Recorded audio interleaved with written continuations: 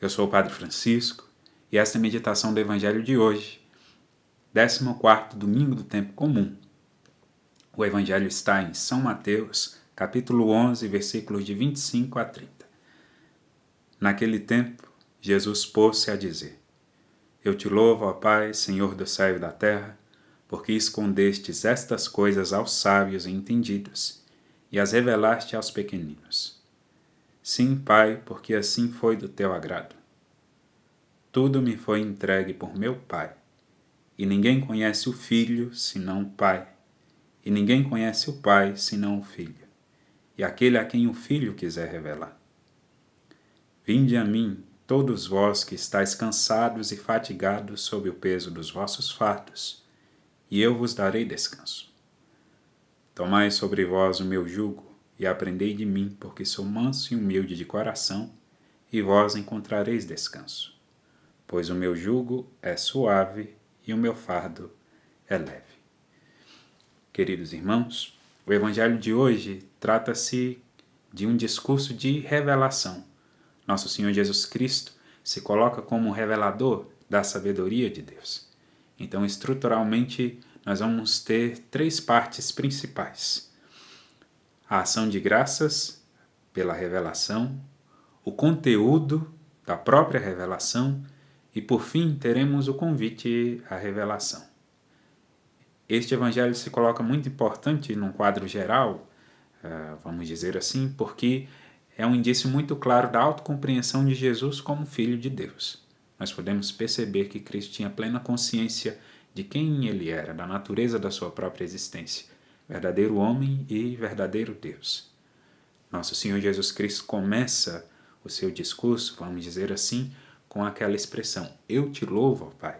Essa é uma forma típica de bênção judaica e Nosso Senhor Jesus Cristo, como bom judeu, também começa a sua oração, a sua explanação dessa maneira.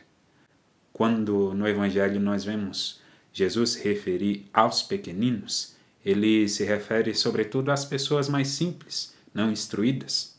Eu, por exemplo, como padre, já tive a graça de dar assistência a pessoas muito simples e vejo que, por vezes, em relação às coisas de Deus, eles têm uma sabedoria muito maior do que muitos teólogos que eu já tive o prazer de conhecer nessa vida.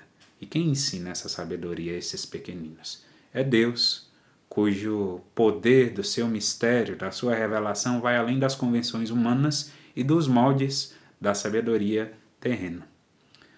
Quando Cristo refere que foi do agrado do Pai, ele quer se referir à decisão do Pai de salvar alguns. Mas, Padre, como assim a salvação não é para todos?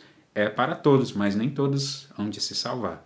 Nós devemos perseguir na nossa vida sempre a nossa santificação, a fim de que não possamos comprometer, por escolha nossa, em relação ao pecado, todas as promessas que Cristo nos concede. E na sua segunda vinda ele irá cumpri-las de modo pleno.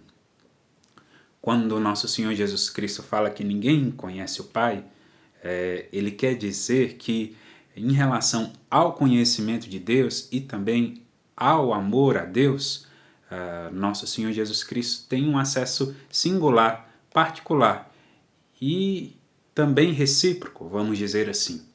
Então, ninguém conhece tão bem o Pai quanto o Filho, ninguém conhece tão bem o Filho quanto o Pai, e ninguém ama tanto o Pai quanto o Filho, e ninguém ama tanto o Filho quanto o Pai. Quando nosso Senhor Jesus Cristo diz no Evangelho de hoje, vinde a mim, ele se coloca como a sabedoria encarnada, a sabedoria personificada e assim origem de conforto para todos aqueles que querem conhecer mais e amar mais a Deus.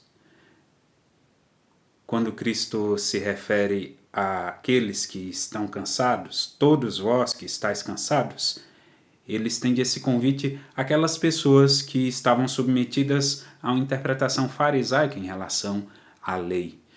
Os judeus tomavam como princípio, como grande critério, como a grande base moral, a Torá, ou também chamado Pentateuco, que quer dizer o conjunto dos 5 primeiros livros das Sagradas Escrituras que têm um assento legal e que, pois, serviam até hoje, serve para os judeus como um modo de cumprir a lei ali descrita.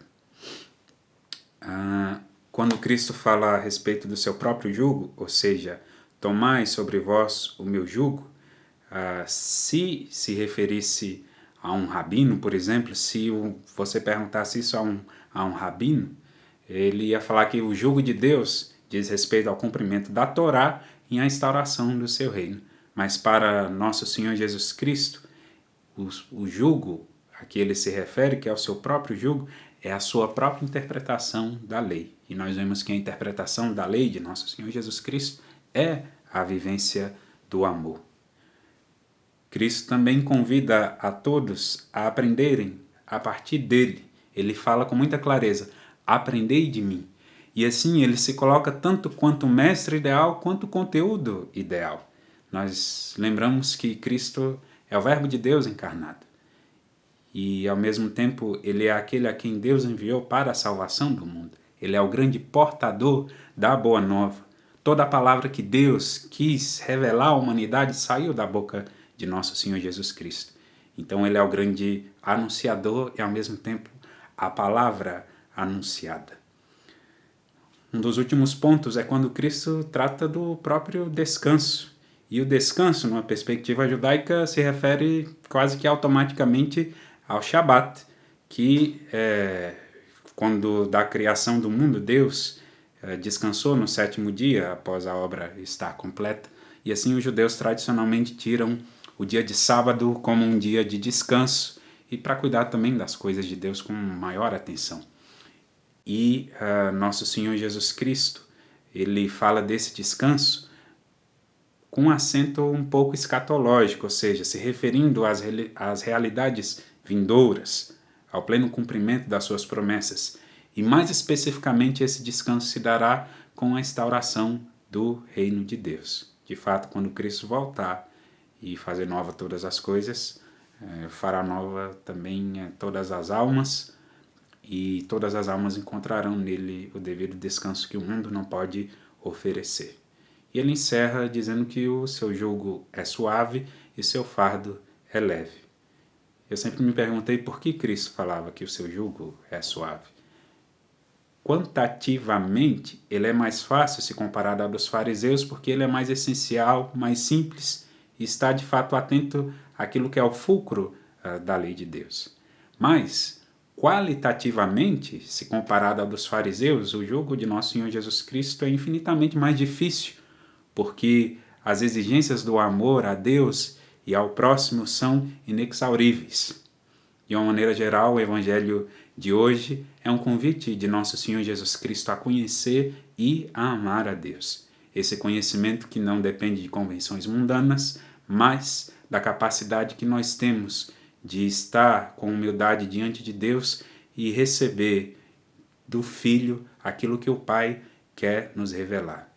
E estarmos diante de nosso Senhor Jesus Cristo e viver esse amor por meio dessa sabedoria que Deus oferece, será certamente um descanso para nossas almas. Por meio do conhecimento de Deus, teremos a resposta para as perguntas que tantas vezes trazemos no nosso coração e que o mundo não é capaz de responder e às vezes nem nós mesmos. E por meio do amor de Deus, nós encontraremos o descanso para as nossas almas.